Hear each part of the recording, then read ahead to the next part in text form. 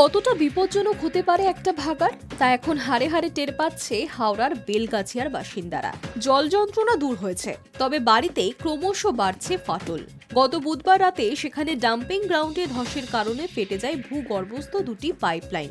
সরেজমিনে পরিস্থিতি খতিয়ে দেখে সেই দুটি পাইপলাইন ঠিক করলেও শুক্রবার সকালে আবারও একই বিপত্তি। তবে এবারের ভয়াবহতার প্রভাব থেকে এখন নিস্তার পাননি এলাকাবাসীরা।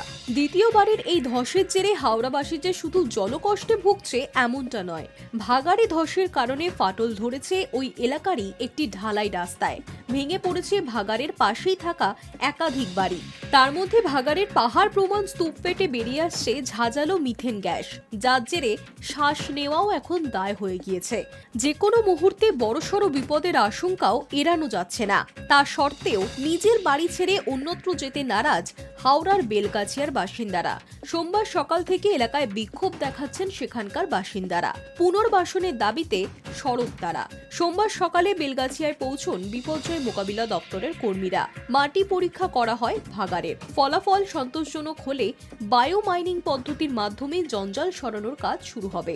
সেই কারণে সকাল থেকে চলছে এলাকায় মাইকিং। যত তাড়াতাড়ি সম্ভব এলাকা খালি করে দেওয়ার নির্দেশিকা জারি হয়েছে। আপাতত স্থানীয় বাসিন্দাদের জন্য এলাকারই একটি ক্লাবে বসবাসের বন্দোবস্ত করা হয়েছে। যদিও এই প্রস্তাবে নারাজ স্থানীয় বাসিন্দারা। সকাল থেকে মহিলারা পথে নেমে বিক্ষোভ দেখাতে শুরু করেছেন। তাদের কথায় লোন নিয়ে তারা কষ্ট করে বাড়ি করেছেন, এখনো চলছে সেই লোনের পরিশোধ। প্রাণ থাকতে বাড়ি ছাড়বেন না দাবি অনেকেরই। তাদের আশঙ্কা ভাগাড় পরিষ্কারের নামে বাড়ি ভেঙে নিশ্চিহ্ন করে দেওয়া হবে, আর কোনোদিন স্থায়ী মাথা গোজার ঠাঁই পাবেন না তারা।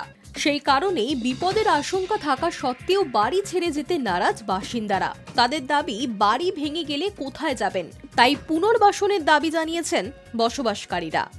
High news network.